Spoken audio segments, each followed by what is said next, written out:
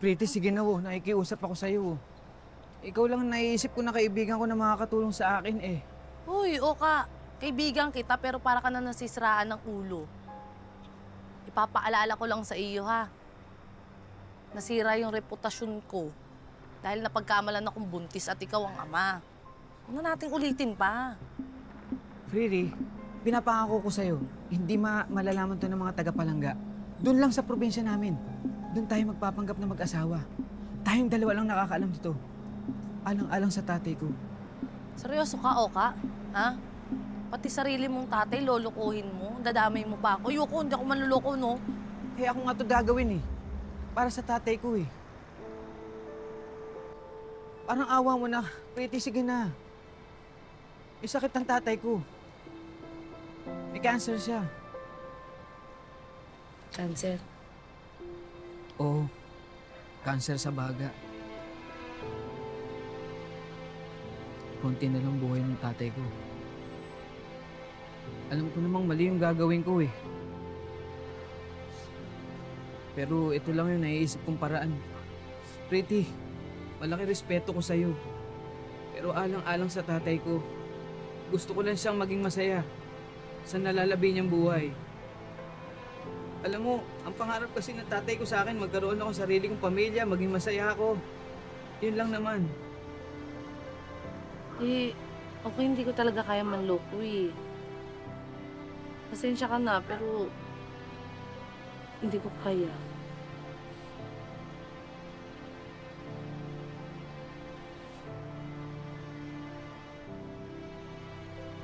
Naunawaan kita, Pretty.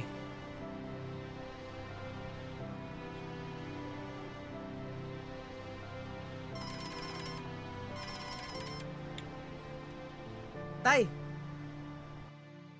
Kamusta tatay ko? Oka, bunso.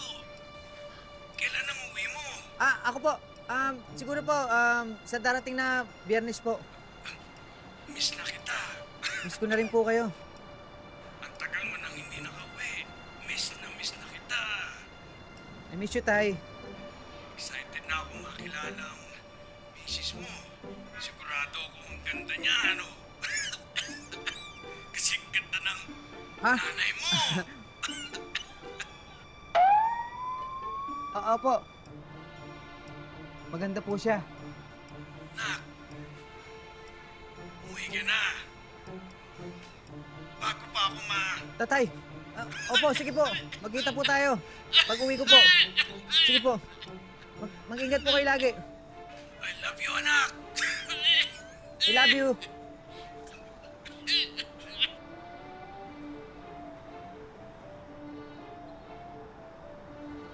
Pasensya ka na sa mga narinig mo Pero ginagalang ko naman yung pasya mo eh. Sige. Kailan ba ang alis? Yun na, pumapayag na ako. Ipapanggap na tayong mag-asawa. Talaga? Oo na.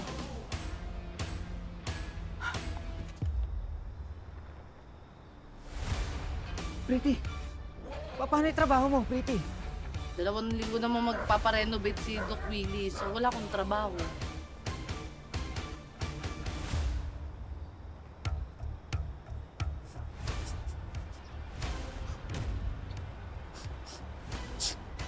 Salamat na marami, Pretty.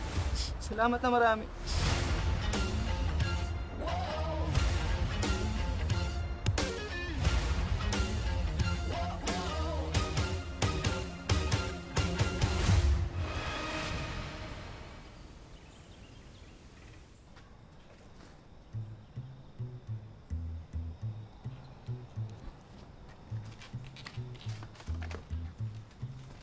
So, eto nga. 1, 2, 3 step. Una, first step, 2021, nagkakilala tayo. Tapos, 2022, niligawan kita. Tapos, 2023, nagpakasal tayo. Ay, sa budol na budol ah. Ito, 1, 2, 3. Kaya mo na. Hindi ka ba nagigilty sa ginagawa natin?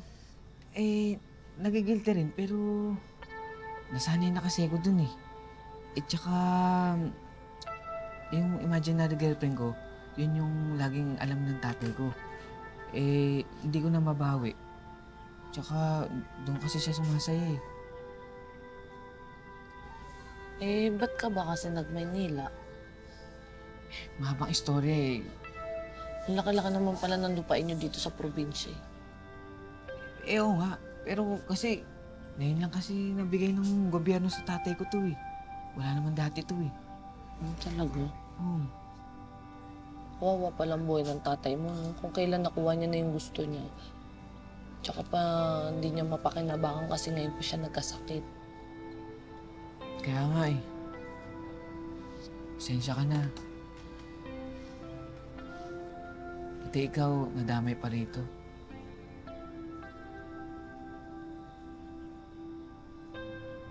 Kaya gusto kong sulitin yung oras na to na habang nandito pa siya sa mundong ibabaw, makasama ko siya. At the same time, nandito ka rin. Oka! Hello po. Ako po si Pretty. Sigurado ka na ba talaga sa kanya? Hindi ka ba niya nagayuma lang? Napikot lang ako nito eh. Di ba, baby?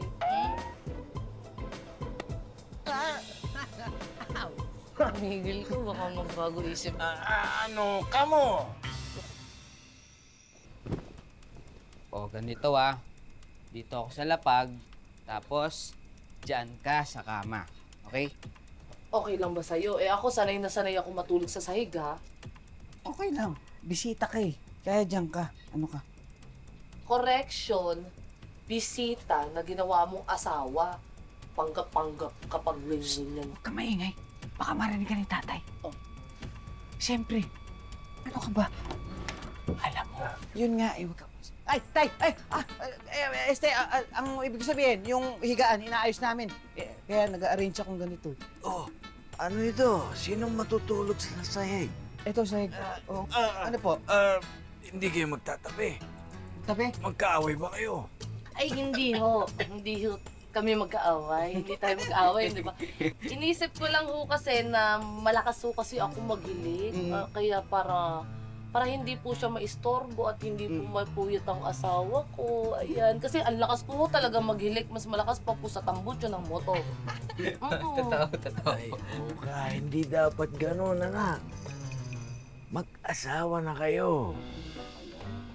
Lahat tanggap nyo, maski maganda o pangit.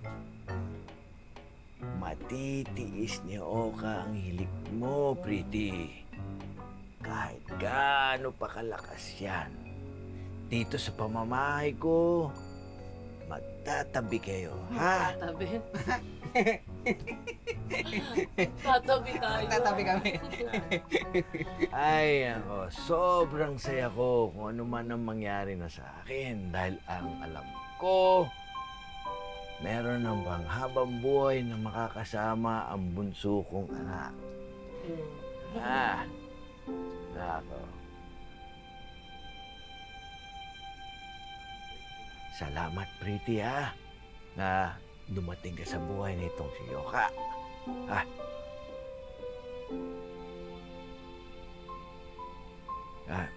Alam nyo, yun lang. Sisisi ako at hindi ako nakadalo sa inyong kasal. Ay, kailan nga ba yun nangyari? 23 po, 2003. Hindi. 2023. Ay, pasensya na kayo. Medyo pagod. Oo, Puyat na. Antok na ako. Ay, siya. Hindi ko na kaya abalahin. Para makagawa na kayo ng apo ko. Apo. Oh, hindi naman sa pinagmamadali ko kayo, Oka at Pretty. Pero, hindi naman nagtatagal ang panahon ko dito sa mundong to. Siya. Magpahinga na kayo at maaga ko kayong ipapasyal sa ating lupain. Oh, lipain. Pretty. Tay. Tatabi kayo, ha? Magtatabi kami ng asawa ko. Narinig mo. Tatabi kami. Tay. Kaya mo yan. Yeah. Kaya mo yan. Tay, napakarot ng tatay ko. No? Pretty, ha? Aho! Oo. Lakas pa naman nakiliti ko rito. Aray ko. Sabi ko sa'yo. Bakit mo ano nga? Okay. Pa. Nye! Pahinga na ho kayo. Aray ko. Nasabi ko sa'yo ha. Apo. Ang usapan natin dito, panggap lang ng asawa. Tapos ngayon may apo na. Ayoko na, hindi ko na kaya. So, Hindi. pagbigyan mo na, palampasin mo na Apo to. Palampasin mo na para kay tatay. Wala ka dyan. Sige na, halika. Turo na, usog ka dun. Uy, huwag kang feeling dyan ha. Anong feeling? Sabi ng tatay, magtabi tayo. Uy, mag-asawa tayo. Oo, sige, pag nandyan ang tatay mo. Pero pag wala na, wala na. Narinig mo, di ba siya? Wala. Anong wala? No. Anong no ka dyan? Anong no ka? Yes. No. Kahit magkumot ako nito, okay lang yan. No. Pretty, sige na. Sa. Oo nga sabi. Dali, huwag ka Dad? Daddy? Ah! Rico! No nga eh. Mga tagilid ka pa, ha? Isa pa. Patay ko ilaw.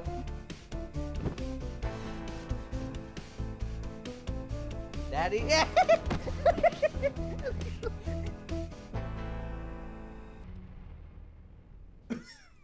Tatay, okay ka lang ba? Gusto mo, dalhin kita sa ospital. Oo, para makasigurado ho tayo baka mamaya atakihin pa ho kayo. Ay, tanso ka na ako sa ospital. Parang awa nyo na. Mas mapapaaga ang pagkamatay ko. Tay, huwag ka naman magsalita ng ganyan. Kaya ko ang sarili ko. Eh kayo, ang tatanda nyo na. Para pa kayong mga bata kong umasta. Ha? Glenda? Melchor? Tay, pasensya ka na. Ito kasi si Pretty eh. Dinala yung kayabangan galing ng Maynila. Ate, sabi ni Pretty, ikaw daw nauna. Tumigil kayo. Ikaw, Pretty, ha? Sampid ka lang dito kaya manahimik ka na lang. Paano? Palibhasa, asal kalye, asal kanan. Kayo manahimik! Tay! Tay! Alam ko ang ugali nyo. Hindi kayo marunong umamin sa inyong mga kasalanan. Ayaw na ayaw ninyong pinagsasabihan. Mula pa noon, si Oka ang pinapaako ninyo ng mga kasalanan kapag kayo'y may mga katarantaduang nagawa. Tay, ngayon pa ba tayo magsusumbatan? Hindi ka na nasanay, Ate Glenda. Siyempre, si Oka ang paboritong anak. Siya ang kakampihan. Simula nang dumating sa buhay natin yan, nawala na ng amor si Tatay Palito sa ating dalawa. Hindi totoo yan, kuya. Mahal niya tayong lahat. Huwag kang plastic, Oka! Alam ko, ayaw mo sa amin. At ayaw din namin sa'yo. Hindi ka namin matatanggap na kapatid dahil anak ka lang sa labas. Pangit! Pangit!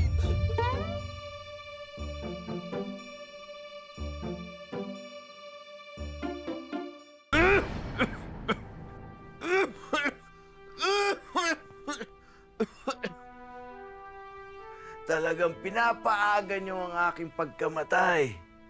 Huwag na huwag niyo ako susumbatan kung paano ako nagpakatatay sa inyo. Mga anak ko lamang kayo. May sakit ako at malapit na akong mamatay. Pero huwag niyo namang samantalahin na mahina ako. Melchor, Glenda, alam ko kung bakit mainit ang dugo niyo kay Oka. Dahil ito sa hatian sa lupa. Ayaw niyo siyang kahati.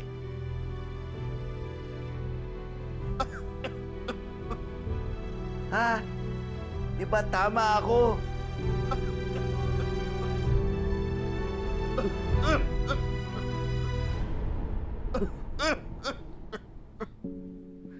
Pwes, kung sa tingin nyo may maaasahan kayo, nagkakamali kayo, wala kayong matatanggap.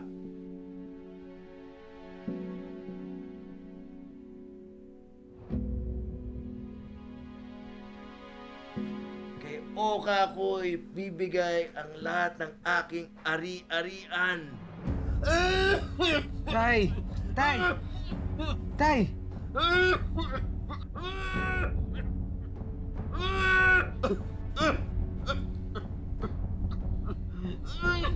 Melchor! Halika na, wala kayo mapapala dito! Tay! Tay, i-relax mo yung sarili mo. Baka kumapano ka na naman eh.